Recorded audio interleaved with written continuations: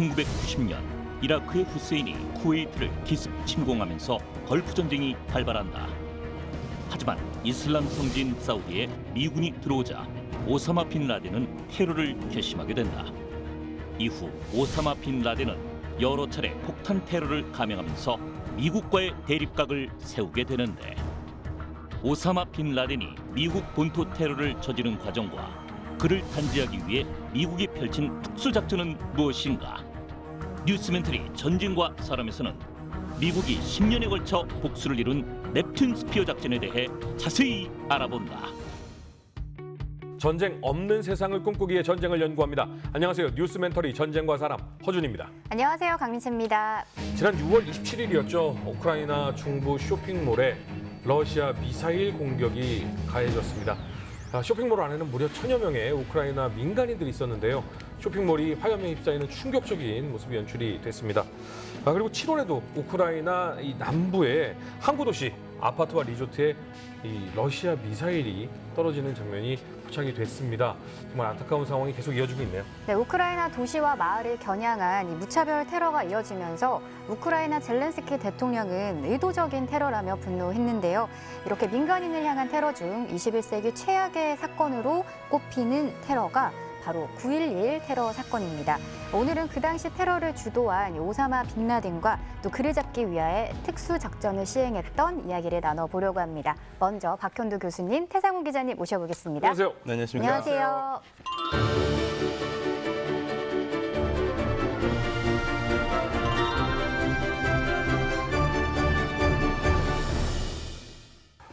사실은 이 민채 씨 얘기 듣고 깜짝 놀랐어요. 지금 이 9.11 테러를 경험하지 못한 세대가 성인이 된 정도로 시간이 흘렀습니다.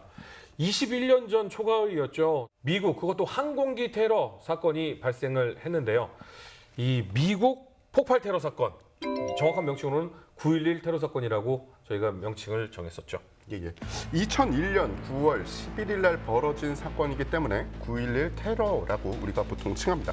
오사마 빈 라덴과 그가 이끄는 알카에다, 이슬람 원리주의 테러 무장단체죠. 그래서 알카에다에서 입안하고 기획하고 실행까지 한 미국 초유의 그런 테러 사건이죠.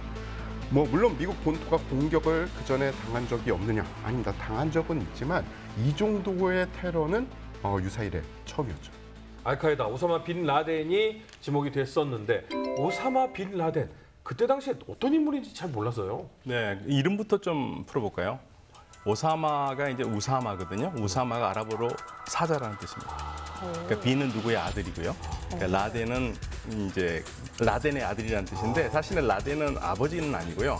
오사마의 아버지는 무함마드고, 무함마드 그 아버지는 아와드고, 아와드의 아버지가 아부드고, 아부드의 아버지가 라덴이거든요. 그러니까 오사마 빈 라덴한테는 라덴이라는 분은 보조부가 됩니다. 그래서 아버지가 성을 쓸 때 빈 라덴이라는 걸 써가지고, 마치 보통 이렇게 되면 라덴의 아들 우사마인데, 이게 사실 고조부의 이름이고요. 이 집안은 원래 예멘 출신입니다. 예멘 출신이었고, 아버지가 예멘에서 사우디아라비아로 와서 오사마 빈 라덴은 10번째 아내에서 낳은 52명의 자녀 중 17번째입니다. 52명의 자녀. 네, 17번째 자녀로 태어났고요. 1957년에 사우디아라비아 리야드에서 태어납니다. 리야드에서 태어났는데 아버지가 이게 10살 때쯤에 비행기 사고로 죽어요. 그러니까 그리고 이제 아버지가 죽은 다음에 그 재산을 어마어마하게 상속을 받죠. 그러니까 아주 금수저입니다. 금수 중에 금수저고요. 그래서 학교도 좋은 학교를 다녔었어요. 아버지가 뭐 하셨는데요? 사업가입니다. 그 중동 최대의 건설 사업가. 이 사우디 왕족과 밀접한 관계가 있어가지고 많은 사업도 따냈고, 중동에서 최대 건설사 중에 하나였어요. 그러니까 어마어마한 돈을 벌었던 거죠. 어떻게 보면 자유주의의 혜택을 가장 많이 받은 집안이에요. 그렇죠. 완전히 금수저였고요. 그래서 중학교, 고등학교를 이제 기숙학교를 다니고 아주 그 훌륭한 그 사립학교를 다닙니다. 서구 시스템으로 된. 네. 그런데 이제 여기에서 하나 문제가 생기는데, 제다의 킹 압둘 아지즈 대학에 들어가거든요. 근데 거기서 경영학하고 공학을 공부한 것 같은데, 다니면서 이제 당시에 이슬람 원리주의 사상에 강력한 사상을 갖고 있던 이 아쌈이라는 사람을 만나서 아주 크게 영향을 받고요. 그러면서 이제 이슬람에 투신하겠다라는 그러한 생각을 갖게 됩니다. 그러니까 뭐 엄청나게 그러니까 보통 이런 경우에 환경이 안 좋은 데서 자라나가지고 그런 경우가 많은데 뭐 아무것도 부러워할 게 없는 사람이었어요. 어렸을 때부터 자동차도 좋아했고 축구도 좋아했고 예, 축구 좋아하는 팀이 또 영국의 아스날 좋아했대요. 그러니까 아주 뭐 현대적인 인물이었는데 그 사상가들을 만나면서 인생이 바뀌어버린 거죠. 이래서 스승의 은혜는 하늘과 같은 겁니다. 그래서 스승을 잘 만나야지 되는 건데 그런데 얘기를 듣다 보니까 알카에다의 오사마 빈 라덴이 아무리 금수저지만 9.11 테러를 일으킬 만큼 그렇게 거대한 조직을 만들 수 있었던 이유가 뭐예요? 그러니까 이제 이거 다시 시계를 돌려야 되는데요. 1979년에 아프가니스탄에 소련이 침공합니다. 그러니까 소련이 왜 침공을 하냐면 아프가니스탄이 78년에 사회주의 혁명이 나요. 친소련 사회주의 혁명이 나고 그 혁명이 잘 가지를 못합니다. 왜냐하면 아프간 사람들은 열심히 뭐 이슬람을 믿든 안 믿든 전체적으로 우리는 무슬림이다라는 정체성을 가지고 있는데 사회주의는 신을 인정하지 않잖아요. 그렇죠. 네, 그리고 사회주의자들이 개혁을 굉장히 강하게 했습니다. 사람들이 받아들이기 어려운 걸 했어요. 어쩌면 좋은 점도 있어요. 어쩌면 여아들의 조혼을 금지시킨다든지 이런 것들은 굉장히 잘한 건데 이 사람들한테는 그게 오랫동안 관습인데 못하게 하니까 하나하나 반발이 나기 시작했고 그러면서 사회주의 정권이 흔들흔들 거리거든요. 그러면서 79년에 9월이 되면 또 사회주의 정권 내에서 정권 다툼이 있었고 소련이 생각해보니까 지금 지도자 갖고는 안 되겠다 해서 갈아치우거든요. 예, 갈아치우는데 9월 달에 갈아치우는 게 하피줄라 아민이라는 대통령인데 이 사람이 또 미국에서 공부한 사람이에요. 자기네들이 갈아치운 다음에도 얘가 아무래도 CIA하고 관계가 있는 것 같다. 그래서 그전에도 계속 반군들이 많이 있으니까 소련군이 좀 와서 군대 좀 보내달라고 하는데 안 보냈었는데 12월 24일 날 전격적으로 들어옵니다. 그리고 12월 27일 날 아민을 죽여요. 아니, 자기네가 바꿔놓은 대통령을? 네, 아민을 죽이고 이제 반대파의 대표를 이제 앉히거든요. 그러면서 소련군이 진주를 하니까 아프가니스탄에서 쉽게 말하면 무신론자와 유신론자들의 싸움이 시작되는 겁니다. 그러니까 이게 단순하게 소련 외국 군대가 와서 침공을 해서 싸우는 게 아니라 무신론자들이 지금 신성한 무슬림의 땅을 점령했다 이거예요. 그러니까 거길 이겨야 될 거 아닙니까? 그러니까 아프가니스탄 사람들만 싸우는 게 아니라 밖에서 보는 사람들도 이건 아니지 않느냐. 그렇죠. 이렇게 시작이 됐고 이 사건이 나니까 아까 말씀드렸던 오사마 빈 라덴의 선생이었던 아쌈, 압둘라 유스프 아쌈인데요. 이 아쌈이 이 오사마 빈 라덴과 같이 쉽게 말하면 지원병, 지원병 아랍 지역에 있는 우리 아프간에 있는 우리 형제들을 돕자. 그 사람들을 돕기 위한 이제 그 지원을 시작하거든요. 파키스탄에 가가지고 지원 사무소를 만들어가지고 사람들을 받아서 거기서 돈 주고 훈련시키고 해가지고 용병으로 집어넣는 그거를 시작합니다. 이게 보통 84년으로 봐요. 네, 어떤 데는 뭐 79년부터 들어갔다고 그런 건 아니고요. 84년부터 들어간 걸로 공식적으로 기록이 나오고 그 관리사무소를 한 겁니다. 그러니까 중요한 것은 결국 예전에 마치 기독교 그 신자들이 십자군 전쟁을 갖춰 중동을 공격해서 이슬람 다 죽어, 우린 기독교를 믿어야 돼라고 이제 한 것처럼 반대로 이번엔 신은 없어, 공산주의 사회주의 최고야 하는 군대가 주둔하면서 이슬람을 건드리면 안 되지라고 이 세력이 규합이 되기 시작한 거네요. 그렇죠. 이게 하나의 아프가니스탄만 문제가 되는 게 아니라 주변 국가들 다 들썩들썩거리고 또 더군다나 파키스탄은요 바로 아프가니스탄하고 붙어 있잖아요. 그렇죠. 근데 파키스탄은 최고의 불구대천의 원수가 인도입니다. 인도죠. 근데 인도가 소련이랑 너무 친해요. 아하. 그러니까 파키스탄은 아프가니스탄을 반드시 자기네들이 장악을 해야 돼요. 인도하고 싸우다가 힘들면 아프가니스탄까지 빠졌다가 다시 힘을 길러서 인도한테 싸워야 되거든요. 그런데 거기에 지금 떡하니 소련이 들어와 있으니까 파키스탄도 힘들죠. 그래서 파키스탄이 바로 사우디아라비아로 갑니다. 사우디아라비아는 공산주의라면 또 질서 가는 나라고 미국하고 같이 협의를 하고 그래서 사우디아라비아가 뭐를 하냐면 100달러짜리 2만 장을 가방에 딱 넣어서 지폐로 그걸 갖다 줍니다. 그냥 현금으로. 아주 그거 세는 데면 엄청 걸렸대요. 그거 이게 갖다 줬는데 대통령실에 갖다 줬는데 대통령이 주고 가려니까 확인하고 가라고 그래가지고 근데 그때는 뭐 기계가 없잖아요. 일일이 다 세는데 그래서 비행기를 타고 가야 되는데 놓칠 것 같아서 대통령이 얘기해가지고 비행기도 잡아놓고 사우디 그 특사가요.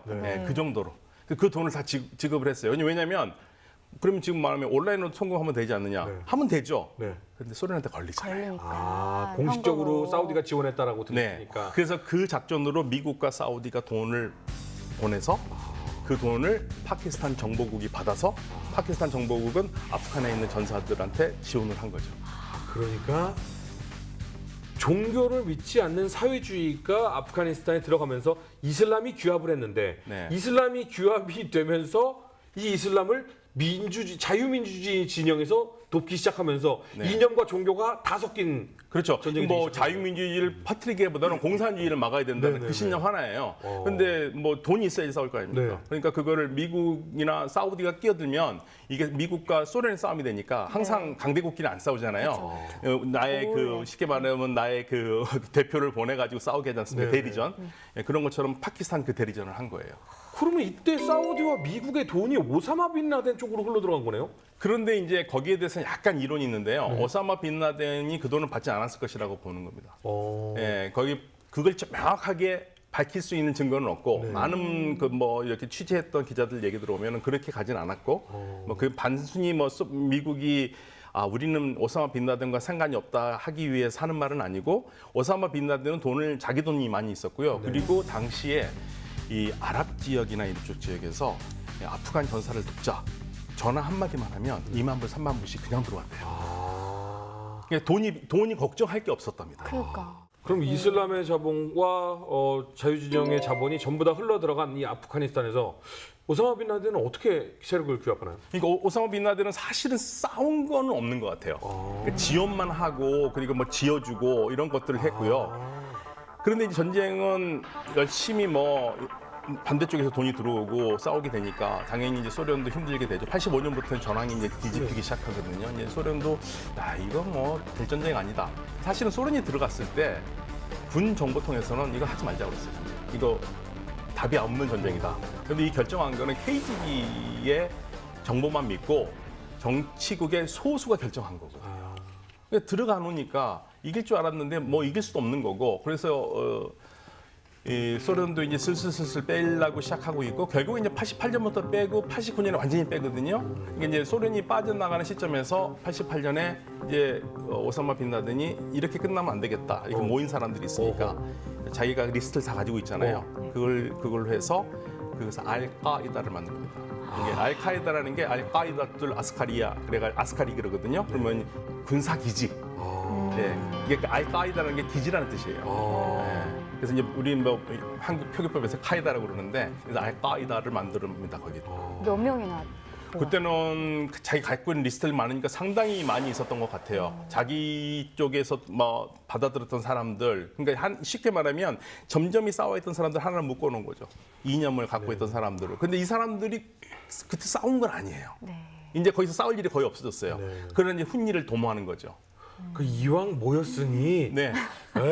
뭐 떡본 김에 제사를 지내자. 그래서 무장 기지를 아프가니스탄 중심으로 해서 네. 이 조직을 한 게 오사마 빈 라덴인 네, 거고. 알카이다입니다. 그게 88년. 그럼 상당히 피해도 입지 않은 자본도 많은 이슬람 원리주의자를 중심으로 한 알카이다가 탄생을 했는데 네. 그럼 이들이 이제 뭔가를 보여주자라는 그런 지금 신념을 가지고 모여 있는 거잖아요. 네, 그렇죠.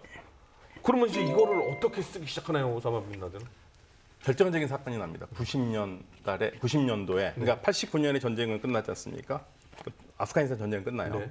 근데 90년에 사담 후세인이 네, 쿠웨이트를 점령하죠. 그랬었죠. 네, 쿠웨이트 석유 때문에 네. 점령하고 거기만 점령하면 끝나면 되는데 사우디까지도 점령할 생각을 가지고 있었어요. 그 위협이 됐었죠. 네, 그때 쿠웨이트 강제 대단하다, 점령을 이거. 하면서 전 세계 뉴스에 어마어마하게 나왔었어요. 네, 네. 네. 그러니까 쿠웨이트만 했었으면 그나마 좀 어떻게 봐줄 수도 있었을지도 물론 봐주진 않겠지만요. 네네네. 근데 사우디까지 얘기를 했으니까 사우디로서는 깜짝 놀라죠. 그때 오사마 빈 라덴이 나섭니다. 오, 국방장관을 찾아가고 네. 정보국장이었던 그 투르키 왕자를 찾아가지고 미군 부르지 말아라. 우리 알카이다, 우리 전사들이 우리가 싸우겠다. 우리가 소련군도 몰아냈는데 사담 후세인 막을 수 있다. 근데 만약에 장관이구나 네. 그러시면 애매할 제가 것 같아요. 네, 우리 용병들이 있는데 미군 부르지 마세요. 제가 우리 부대 있어요. 우리가 싸우겠습니다. 어떻게 하시겠어요? 야 이거 늑대를 쫓아고 사자를 부르는 격이 될 것 같은데. 아니 그게 아니라 일단은 아직까지는 모르죠. 아직 모르는. 아직 믿음이 모르는데 없죠. 만약에 네. 미국으로 선택하시겠어요? 저의 아이, 그 지원군을 선택하시겠어요? 이슬람 형제죠. 에이. 왜요? 전 미군이요. 그럼 미군이죠. 나라 망해요.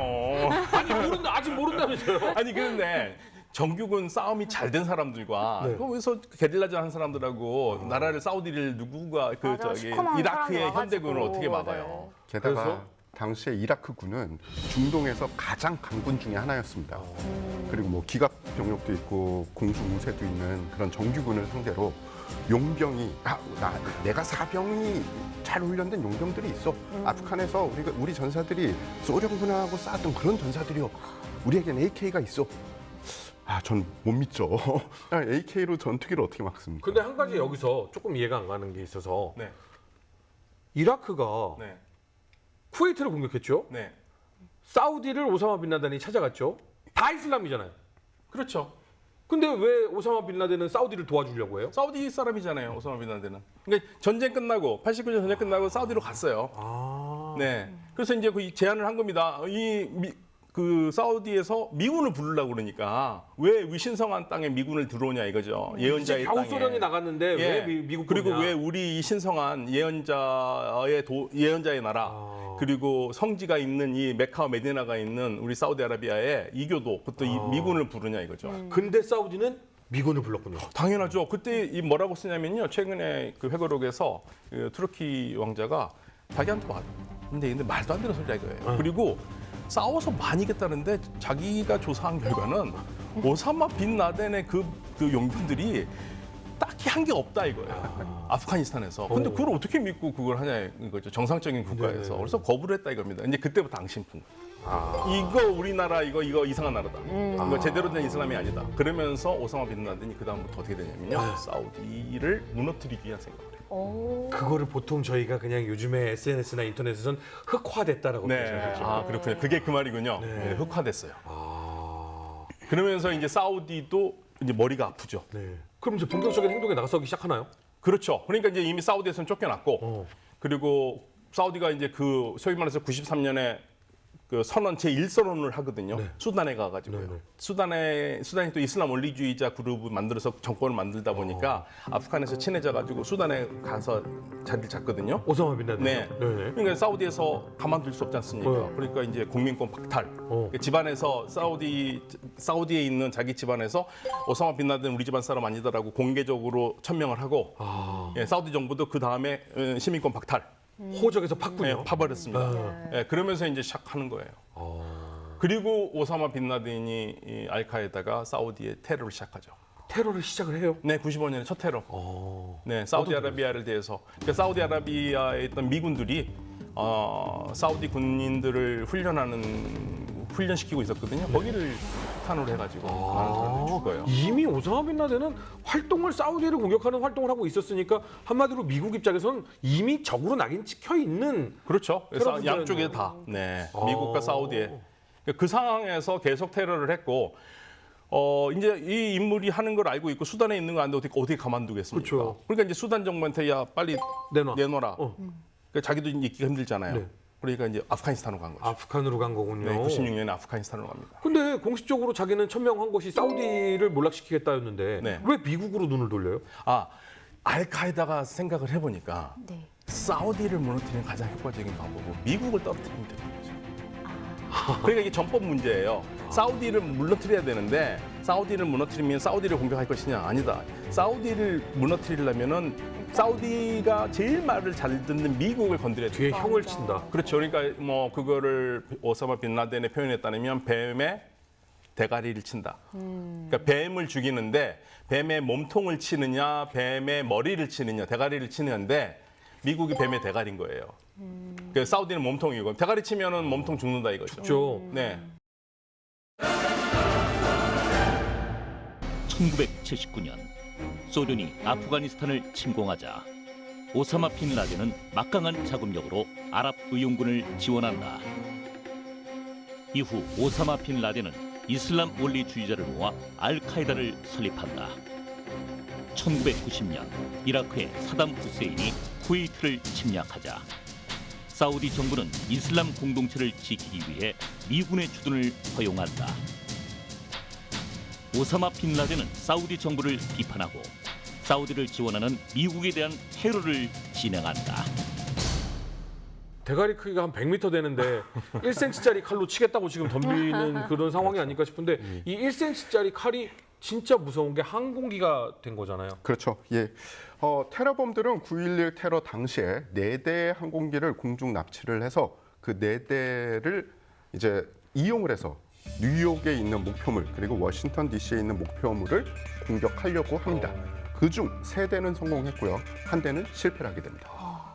그 너무 충격적인 트윈타워가 공격당하고 무너지는 모습이 너무 충격적이라서요. 사실 다른 것에 대한 내용은 잘 기억이 안 나고 실패한 것도 있는 거잖아요. 네. 자세히 좀 설명을 해주시겠습니까? 이거 초유의 사건인데요. 사실 당시에 미국에서는 테러가 그렇게 일어날 걸 아무도 상상 못했던 겁니다. 네. 상상 아무도 못했고. 그러니까 정보는 좀 들어왔는데 에이 말도 안 되라고. 네, 그 당시에 모든 그 미국의 대테러 작전은 사전에 방지라든지 일어난 거에 대해서 했지 감히 그렇게 어마어마한 규모가 할 거라고는 생각을 못했던 네. 거고요. 그러니까 이제 그런 약점을 노려서 미국이 한 번도 누구가 공격한 적이 없으니까. 네. 근데 사실은 오사마 빈 라덴은 9.11 하기 전에 이미 98년에 탄자니아하고 케냐에 있는 미국 대사관을 폭발을 했어요. 아 그래요? 네, 공격을 했고, 그러니까 9.11을 할 때도 이제 본인이 어디에 있었냐면 아프가니스탄에 있었잖아요. 그 탈레반이 사실은 그 사건을 알면 뭐 좋아할 것 같지는 않잖아요. 그렇죠. 그러니까 탈레반과 관계는 좋지만 같은 조직은 아니거든요. 네네. 그래서 그 집 거기 탈레반한테 손님으로 가 있는 건데 네네. 그런데 그냥 하기에는 좀 뭐하잖아요. 네. 그래서 자기들도 탈레반한테 선물을 하나 줍니다. 뭐요? 9.11 하기 전에 이틀 전에 네. 탈레반이 그렇게 죽이고 싶어했던 네. 반군의 지도자 마수우드를 죽여요. 마수우드가 지금의 이제 그 아들이 지금도 싸우고 있거든요. 판지시리. 거기 판지시리에서 거점을 두고 싸우고 있는데, 그러니까 탈레반이 아프가니스탄을 다 점령 못하고 그 10%는 점령을 못했어요. 네, 그 당시에. 네. 근데 제일 눈에 가시가 이 마수우드입니다. 네. 마수우드를 죽일 방법이 없어요. 그러니까 어떻게 했냐면 알카에다가 인터뷰를 하겠다. 네. 기자 인터뷰를 한다. 그래서 방송국 카메라 기자하고 둘이 가는 걸로 해가지고 인터뷰를 하는데 그 카메라에 폭발. 그러니까 얼마 전에 그 미국이 철수를 했을 때 그때도 계속해서 싸우고 있다라고 하는 그 아들이 네. 바로 그 아버지가 그때 알카에다가 죽인 거예요. 그래서 보통은 거래였을 것이라고 봅니다. 자기네들이 이틀 후에 테러를 할 거니까 너희들이 원하는 거 선물 주고 자기는 테러를 하겠다. 그래서 비행기를 총 4대를 납치를 합니다. 그러니까 19명이 납치범이거든요. 네. 납치범이 19명 중에 15명이 사우디 사람이에요. 아, 15명이 사우디 사람이고 확실히 오사마 빈 라덴의 그래서 이 비행기에 4명 네. 타가지고 비행기 2대는 월드 트레이드 센터. 네. 그래서 제일 먼저 북쪽 타워를 부딪히고 남쪽 타워 부딪히고 그리고 또 한 대는 펜타곤 국방성 부딪히고 또 한 대는요 가다가 이 승객들하고 싸워가지고 결국 비행기가 펜실바니아 한 땅에 추락을 했는데 그게 아마 그 비행기가 백악관 아니면 국회의사당으로 갔으려고 그랬던 것 같아요. 실패를 했기 때문에 정확한 그리고 그 비행기가 폭파가 되면서 지상하고 격돌해서 폭파가 돼서 생존자가 없기 때문에 정확히 그들의 목적지가 어딘지 모르나 기관에서 조사한 바에 의하면 1순위가 백악관 아니면 국회의사당 그리고 2순위가 핵발전소 그리고 3순위가 뭐 이거는 실행 가능한지는 모르겠는데요. 에어포스 1을 공격하려고 했다 이런 이야기도 있습니다. 근데 아메리칸 항공 111을 보면 뭐 실수를 해서 버튼을 눌러가지고 이게 보스턴과 연결이 됐다라는. 네, 그러니까 비행기가 보스턴에서 뜨잖아요. 그러니까 비행기들이 전부 다 이제 화요일 날 사람이 많이 타지 않는 시간에 아침 아주 일찍 시간에 그리고 장거리용을 포섭을 해요. 장거리용은 왜 하냐면 연료가 많잖아요. 연료가 많으니까 많은 상태에서 터뜨리기 위해서.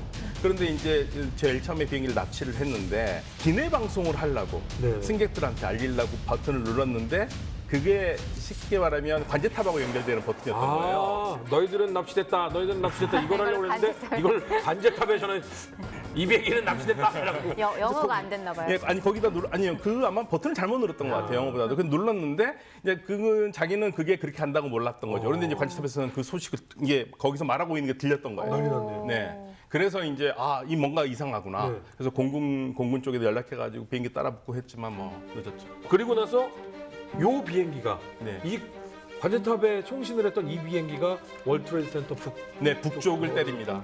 제일 북쪽을 먼저. 제일 먼저 북쪽을 때립니다. 그래서 어마어마한 피해가 있었죠. 그렇죠. 저도 사실은 그날 제 어머니한테 전화가 와요. 그래서 비행기가 빌딩에 부딪혔는데 너는 괜찮냐고 그러셔요. 다짜고짜. 그래서 난 뭔 말인지 모르고 괜찮다고. 왜 갑자기 이런 전화를 하셨지 하고 TV를 틀어보니까 이미 사건은 나서. 정말. 그래서 저희 바로 학교에서 전화 왔어요. 학교 오지 말라고. 그러니까 몬트리올이라는 도시가 뉴욕하고 떨어진 게 거의 뭐 자동차로 7시간 정도 가야 되거든요. 그런데 그날 이 몬트리올이라는 미국도 아닌 캐나다 도시도 전부 완전히 도시가 그냥 셧다운 됐습니다. 그래서 북쪽 타워에 부딪힌 이후에 9시 3분 유나이티드 항공 175가 남쪽 타워에 부딪히고 네. 그리고 저희가 지금도 정말 선명하게 기억나는 게 빌딩이 어떻게 저렇게 무너질 수가 있지? 맞아요. 라는 느낌으로 와르르 무너져 내렸던 정말 끔찍했던 사건이 있었는데 다행히 대피를 좀 많이 해서 네. 정말 어마어마한 사상자를 낼 수도 있었는데 좀 피해를 좀 막은 것도 있고. 네, 그나마 좀 다행이라고 생각한다고 미국에서는 얘기를 하는데요. 그러니까 제일 먼저 아침 8시 46분에 북쪽 타워에 부딪히고 그다음에 또 다른 비행기는 9시 3분에 유나이티드 항공이 남쪽 타워에 부딪히고 당시에 근무하던 사람들이 뭐 16,000에서 18,000명이 근무 중이었다고 그러는데 그래도 다행히 많은 사람이 피하기는 했대요. 네. 피하기는 했지만 그 아래층으로 있는 사람들. 그랬지만 그래도 뭐 죽은 사람들이 너무 많았어요. 그리고 이제 9시 37분에는 펜타곤. 네, 펜타곤에서도 그런데 사람들이 많이 죽었어요. 100명 이상이 죽습니다. 펜타곤이 이렇게 오각형으로 네. 이렇게 돼 있는데 그 한쪽 벽이 무너져 있는 모습이 지금도 기억이 네. 납니다. 그러니까 지금 쉽게 말하면 월드 트레이드 센터가 상징하는 게 미국 경제잖아요. 네, 펜타곤은 국방. 국방이죠. 예. 그리고 또 하나는 아마도 정치나 이쪽이었겠죠. 국회의사당이나 예, 그러니까 미국의 모든 상징적인 것을 노렸던 게 아닌가. 민재 씨는 그때 당시가 기억이 나진 않죠? 그 아장아장 할 때여가지고. 아장아장. 근데 그 뒤에도 워낙 근데 그 뉴스로 그 이후에도 계속 엄청 나왔기 그랬죠. 때문에. 초등학교 가면은 네. 애들 다 TV 켜놓고 있었어요. 아침부터. 그 정말 또 상징적인 의미라는 게 정말 중요하구나라고 느끼는 게 전 세계의 민주주의 자유주의가 무너지는 것 같은 충격들을 다들 받았었는데 맞아요. 그리고 나서 바로 대통령이 연설을 시작했죠. 네, 그러니까 그 사실 사건 났고 두 번째 그 남쪽 타워에 부딪혔을 때 부시 대통령이 초등학교 수업을 하고 있었어요. 맞아요. 네. 그런데 이제 그 참모가 와가지고 귓속말로 한 거죠. 근데 이제 부시 대통령이 뭐라고 하냐면 자기가 놀라면 학생들도 놀랄까봐 네. 굉장히 차분하게 수업 마치고 그 중간에 나온 거죠. 네. 조용히 나와서 바로 이제 대처를 시작하는데 결국에는 모든 종료가 된 상태에서 10시쯤에 이제 대국민 발표를 하는 거죠. 그러면서 미국의 새로운 시기가 시작됩니다. 사실 9.11 이전과 이후는요. 저는 이제 그 당시에 미국은 아니지만 바로 위인 나라 캐나다에 살고 있었는데 9.11 이전과 이후는 완전히 달라요. 캐나다에서 미국 가는 것도 힘들어졌어요. 그리고 저는 이제 제가 공부했던 곳이 이슬람 연구소거든요. Institute of Islamic Studies 해가지고 저희는 한 2주 동안 학교 못 간 게요. 캐나다의 모든 정보시설 경찰들이 저희 과에 들어와가지고 장악하고 있었어요. 그때 당시에는 이슬람이라는 이름을 뭐라도 연관 있는 사람은 다 입 다물고 조용히 있어야만 하는 시기였잖아요. 네, 그렇죠. 9.11 테러 때 미국에 있었거든요. 처음에 TV를 보고 저의 지인하고 같이 TV를 보고 있었는데 영화인 줄 알았어요. 근데 아니더라고요. 이게 현 상황.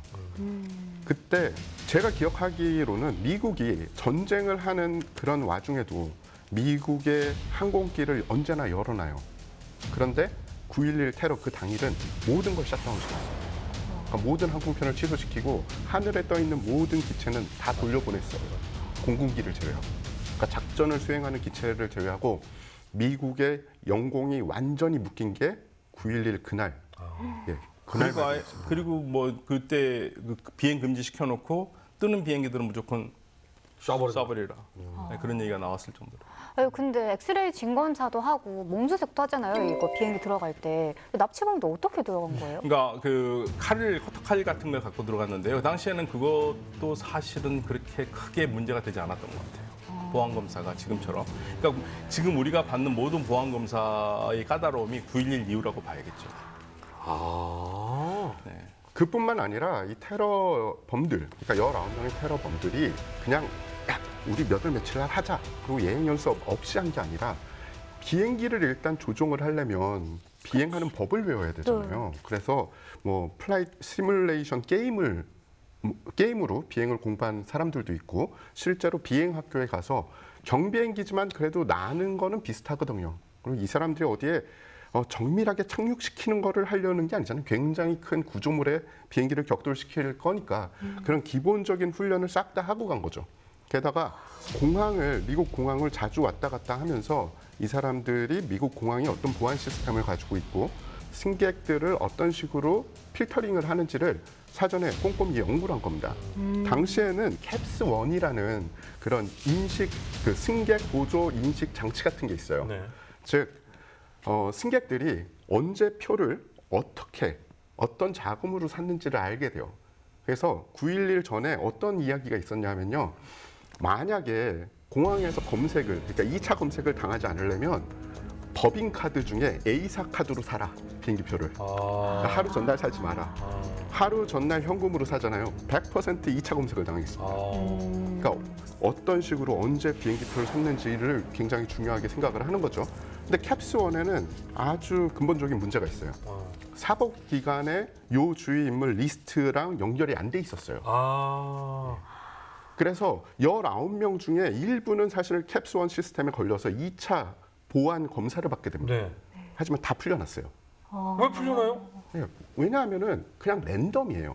저도 심지어 2차 보안 검사를 그 9.11 전에 받아본 적이 있는데 저는 기자니까 출장을 많이 다니게 되잖아요. 네. 갑자기 취재지가 바뀔 때가 있습니다. 그래서 전날 비행기표를 산 거예요. 네. 전날 그냥 제 개인 카드로. 공항에 갔더니 꼬치꼬치 깨물고 계속 그 2차 검색을 하더라고요. 네. 하지만 공항에서 그 짧은 인터뷰 시간에 모든 걸 알아낼 수는 없죠. 그렇죠. 그리고 제 가방에 뭔가 이상한 물건이 나온다든지 하면은 뭐 좀 더 디테일한 검사를 하겠지만 그런 거가 없으면 보내줄 수밖에 없었고요. 커터칼.